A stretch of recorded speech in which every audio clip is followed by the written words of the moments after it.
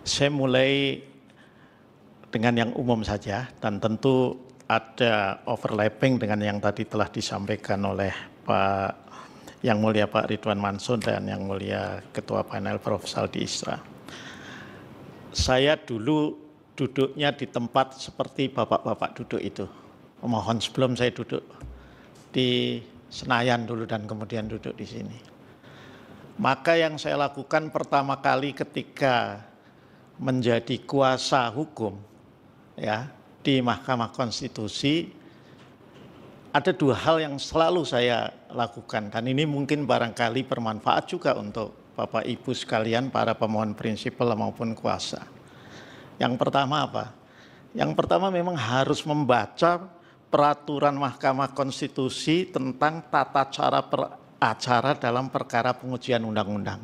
Kalau yang mau kita ajukan itu memang pengujian undang-undang, ya, baik material maupun formil. Kalau yang mau kita ajukan kita lagi jadi kuasa dalam sengketa pileg atau sengketa pilkada, ya, maka kita harus baca tata cara beracara dalam perkara hasil pemilihan umum PHPU. Ya. Itulah bedanya Mahkamah Konstitusi dengan lembaga peradilan perdata. Ya. Bahkan dengan PT UN. Di PT UN saja kan ada standar bagaimana sebuah gugatan tata usaha negara itu harus dibuat.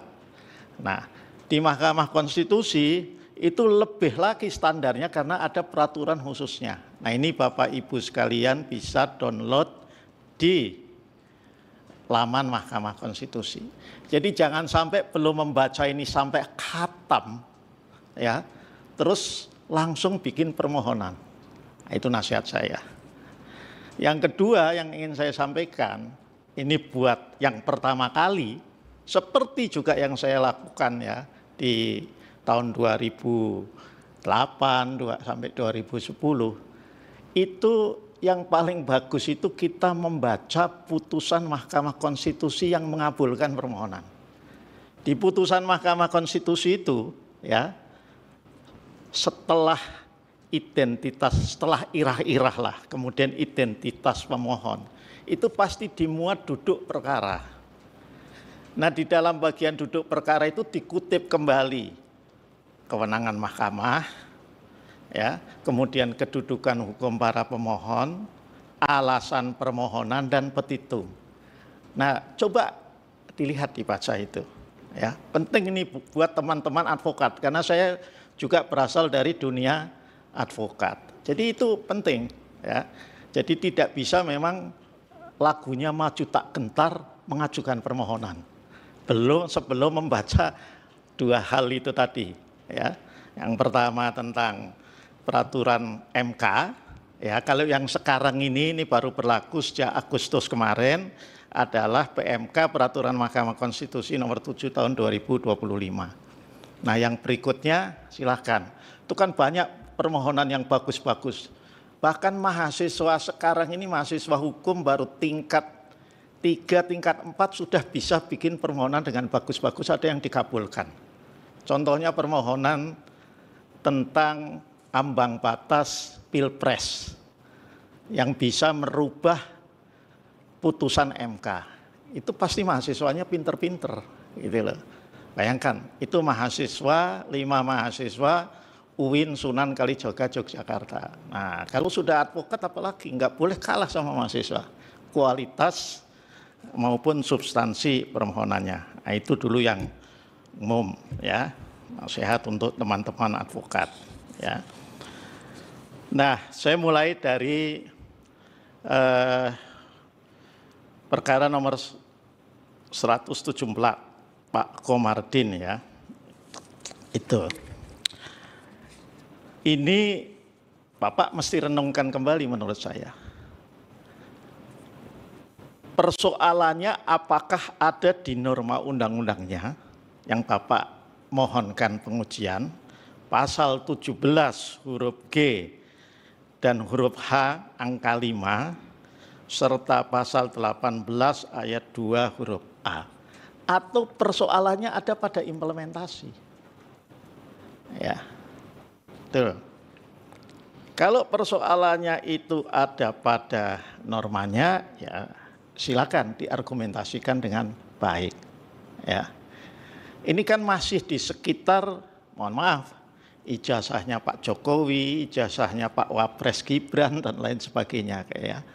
Terlepas apakah argumentasi Bapak itu benar dan relevan, bahwa itu telah menyebabkan katakanlah kesulitan ekonomi, kesulitan perusahaan dan lain sebagainya, itu nanti kita lihat. Tapi Bapak harus coba renungkan, ya. Kalau itu misalnya persoalannya pada implementasi, kan persoalan implementasi juga ada jalan keluarnya. Ketika tidak diberikan, maka bisa dibawa sebagai sengketa informasi keterbukaan publik ke Komisi Informasi. Kan ada juga, bisa diperintahkan. Ya. Jadi tanpa harus mengubah normanya. Coba dipikirkan kembali. Yang berikutnya ini Pak Komarudin. Nah, tadi makanya saya tekankan di sini, ya. Ini saya lihat mulai dari kewenangan mahkamah, ya. Makanya kenapa kok perlu melihat contoh putusan terutama yang dikabulkan, ya. Karena memang kalau kita baca di sini itu nanti cara merumuskan bagian kewenangan mahkamah itu tidak sependek seperti yang ada di dalam permohonan Bapak. Ya. Tuh. Di sana Bapak perlu untuk mencantumkan yang pertama apa? Dasar hukum kewenangan mahkamah. Di mana itu diatur? Pasal 24C ayat 1 UUD NRI tahun 1945. Turun dari Undang-Undang Dasar, Bapak sebut juga kewenangan mahkamah itu yang ada di Undang-Undang Kekuasaan Kehakiman. Turun lagi, ya, itu ada di Undang-Undang MK, khususnya pasal 10 ayat 1 huruf A Undang-Undang MK. Turun lagi, Bapak melihat bagian kewenangan mahkamah ini juga dari Undang-Undang tentang pembentukan peraturan perundang-undangan. Undang-Undang nomor 12 tahun 2011 bagaimana sudah diubah dengan Undang-Undang kalau nggak salah nomor 13 tahun 2022. Nah kemudian Bapak sebutkan juga soal kewenangan itu berdasarkan PMK nomor 7 tahun 2025. Ya, ini juga untuk yang lain ya, jadi nanti saya tidak mengulang. Coba dibaca dengan baik pasal 2 ayat 4, kemudian pasal 10 ya di PMK 7 2025 ini ya. Nah itu untuk saya anggap juga ini untuk yang lain ya, yang terkait dengan kewenangan mahkamah agar disesuaikan. Nah, yang berikutnya ini terkait dengan kedudukan hukum Pak Komarudin ya.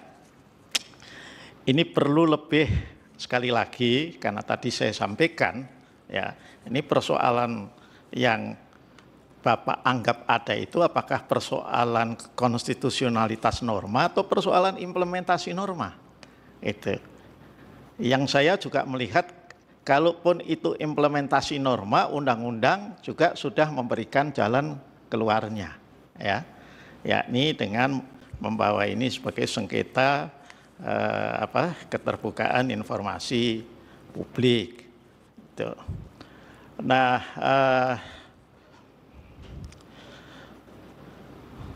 itu yang terkait dengan ini kerugian konstitusional yang harus Bapak ini, karena Bapak nggak dapat kuasa, tadi sudah disinggung oleh Pak Ketua Panel ya, itu apa dengan berlakunya norma itu? Ya, nah syukur-syukur Bapak mau riset lagi. Kalau lawyer itu memang advokat tuh risetnya harus kuat Pak. Itu yang saya lakukan dulu. Ya, itu Bapak lihat juga putusan Mahkamah Konstitusi nomor 006 tahun 2005. Dan putusan Mahkamah Konstitusi nomor 11 tahun 2007, ya, juga ada putusan-putusan lain, ya. ini untuk ya jadi rujukan bagaimana seorang pemohon di Mahkamah Konstitusi itu harus membangun argumentasi kedudukan hukumnya. Artinya harus meyakinkan. Nanti yang memutuskan Bapak memiliki kedudukan hukum atau tidak, permohonan Bapak itu clear atau tidak, itu bukan kami bertiga, tapi ada 9 orang hakim Mahkamah Konstitusi, tidak-tidaknya 7 orang. Ya. Nah, jadi tugas kami dengan penasehatan ini sebetulnya membantu Bapak agar 6 yang mulia yang lain yang membaca itu nanti setelah Bapak misalnya melakukan perbaikan, karena kecuali Bapak nanti menarik permohonannya itu kemudian memperbaiki, maka itu akan memberikan kesempatan. Sebab kalau saya bukan mendahului Pak Komarudin, kalau Bapak enggak perbaiki, ini kalau secara ilmul yakin dan ainul yakin, saya enggak berani bilang hakul yakin, itu pasti permohonan Bapak akan dinyatakan kabur, tidak jelas NO, kalau hanya seperti yang tertulis itu. Nah, makanya perlu penasehatan, bukan cuma mendengarkan nasihat, tapi riset itu juga. Nah,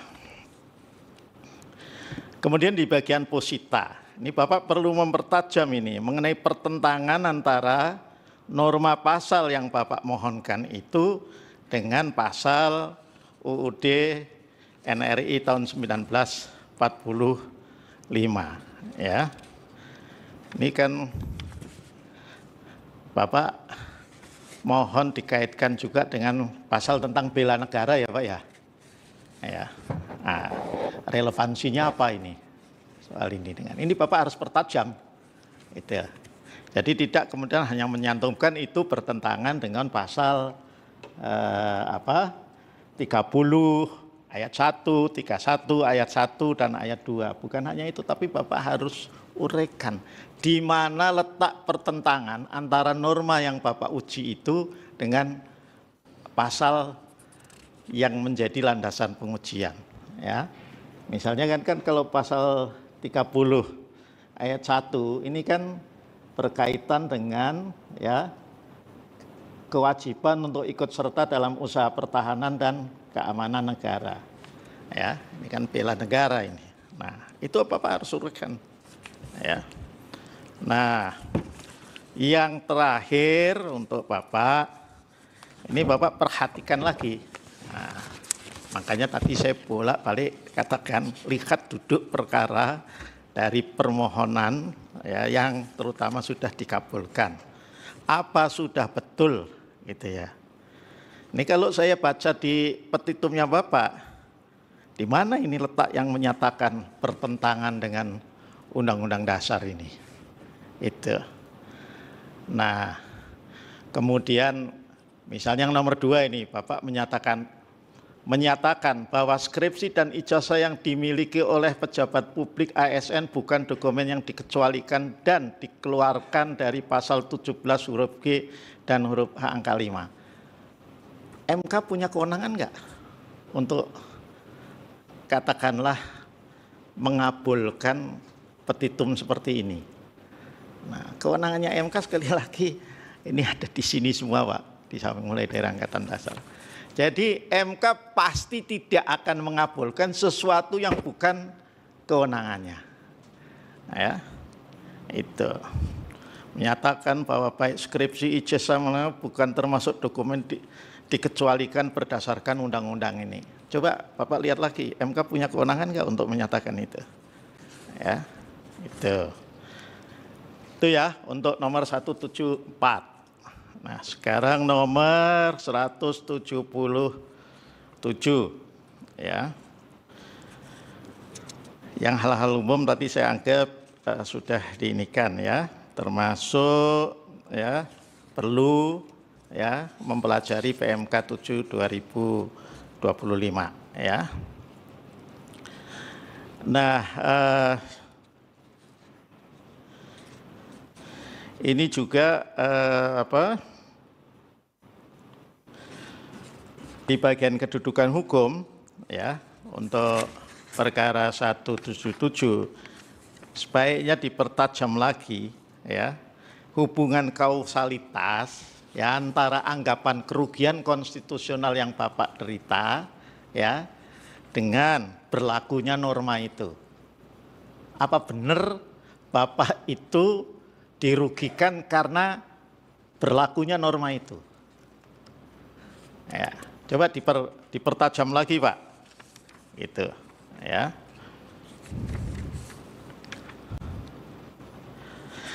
Yang berikutnya, kan ini yang Bapak mohonkan pengujian adalah penjelasan.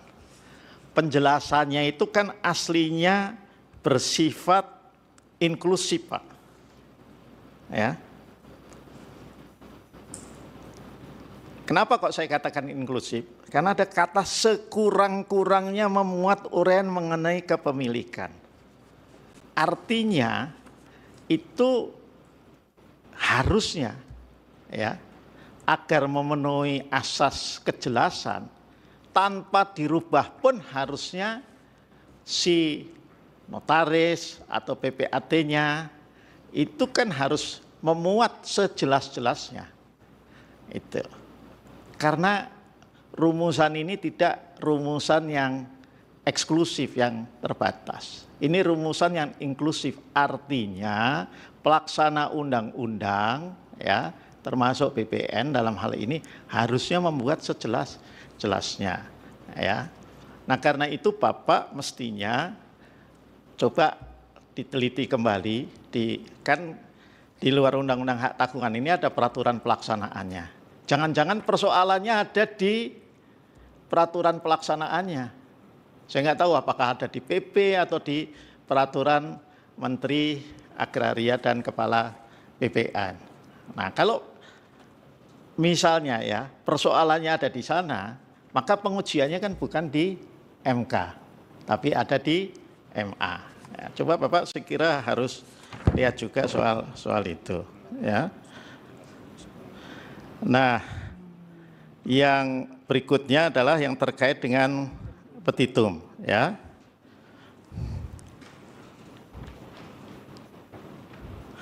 Ini juga coba Bapak karena ini yang dimohonkan pemaknaan, lihat juga contoh baik amar putusan maupun permohonan itu tadi membuat petitum yang baik itu seperti apa atau bagaimana ya itu. Ini kan setelah angka 1 mestinya tidak perlu menggunakan pointers lagi ya, tapi bisa langsung numbering ke angka 2 ya dan seterusnya. Sekira itu catatan untuk 100 itu, tetapi Bapak menurut saya harus pertajam ya anggapan kerugian konstitusional Bapak dengan berlakunya itu ya. Tuh. Sementara seperti saya katakan tadi, norma yang Bapak uji itu penjelasannya itu norma yang bersifat inklusif, tidak limitatif. Ya. Yang terakhir, ini berat sekali ini permohonan Bapak, minta Bakamla dibubarkan gitu. Nah, itu ya, ini berat sekali.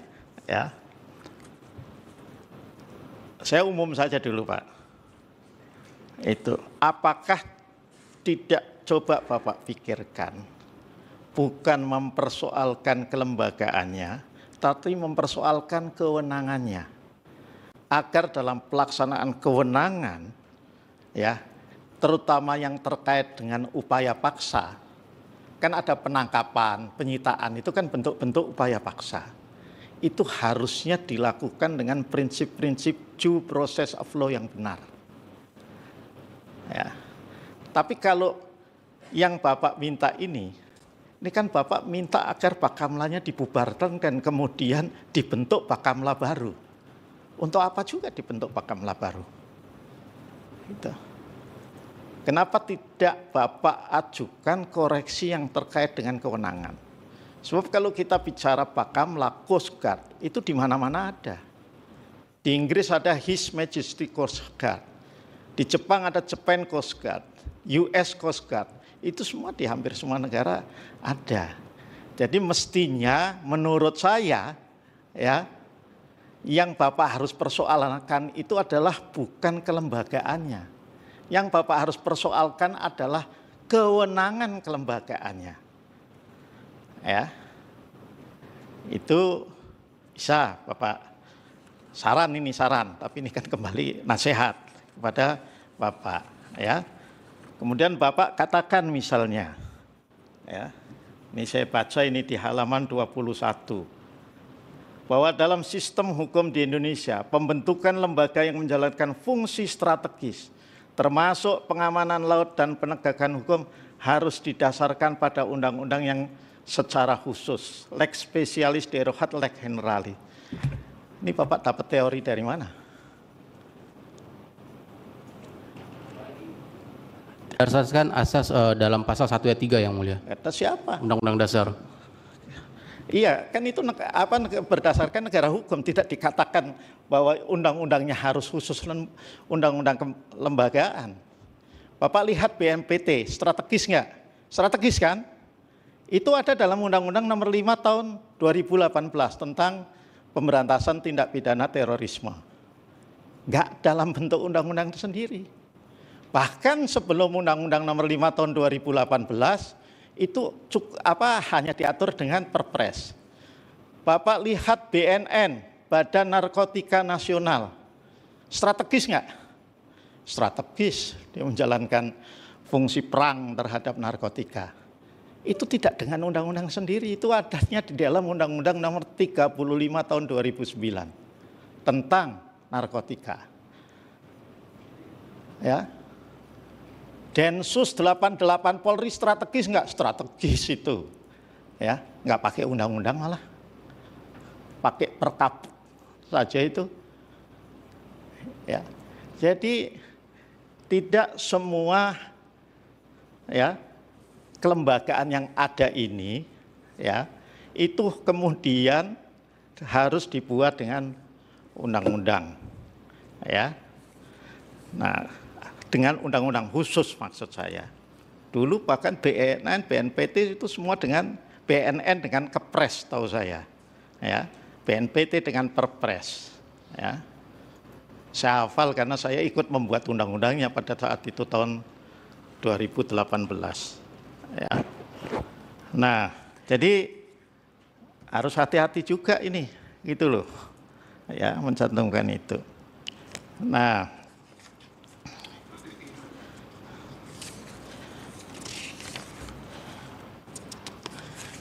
jadi itu beberapa tambahan saya kira dari saya, tapi intinya menurut saya itu saran secara substansi Bapak lebih bagus mencermati ya persoalan kewenangan ditambah dengan bukti-bukti pelaksanaan kewenangan itu yang itu melanggar hak asasi warga negara, hak konstitusional warga negara dan melanggar prinsip due process of law.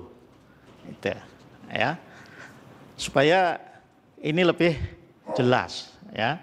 Karena kalau ini dianggap bertentangan dengan misalnya pasal 30 ayat 3, ayat 4 itu kan panjang ya. Kalau ini dikembalikan ke Angkatan Laut. Angkatan Laut itu punya kewenangan melakukan penyidikan sebagai penegak hukum hanya di Undang-Undang Perikanan. Itu diberikan khusus. Ya. Jadi kalau itu dilaksanakan Angkatan Laut, dasarnya apa juga Angkatan Laut untuk katakanlah melakukan penangkapan, penyergapan dan lain sebagainya. Kalau kita lihat di Undang-Undang TNI nggak ada itu. Ya. Undang-Undang 34 tahun 2004 maupun undang-undang yang baru 3 tahun 2025 ya. Itu demikian juga polisi. Gimana polisi punya kemampuan untuk melakukan katakanlah penindakan di wilayah laut lepas atau di zona ekonomi eksklusif. Gimana caranya itu gitu loh. Ya. Angkatan Laut sekali lagi terbatas untuk tindak pidana yang terkait dengan undang-undang perikanan. Itu bisa dibaca di undang-undang perikanan. Ya. Jadi harus hati-hati juga itu. Maka saran saya sekali lagi, silahkan kalau mengkritisi kewenangan agar dalam tidak melanggar hak konstitusional warga negara, tidak melanggar HAM, ya itu memang haknya warga negara. Siapa saja lembaganya, tidak hanya Bakamla, termasuk polisi sendiri. Ya, makanya sekarang isu terbesar dalam penyusunan KUHP kan itu. Ya, bagaimana kemudian ya penegak hukum kita itu tidak sewenang-wenang. Karena ada kesewenangan tapi kemudian tidak ada akibat hukum dalam Undang-Undang nomor 1 1981 sekarang dalam KUHP kita. Makanya itulah yang sedang diperbaiki. Jadi sekira dari saya itu yang mulia Pak Ketua. Ya, terima kasih.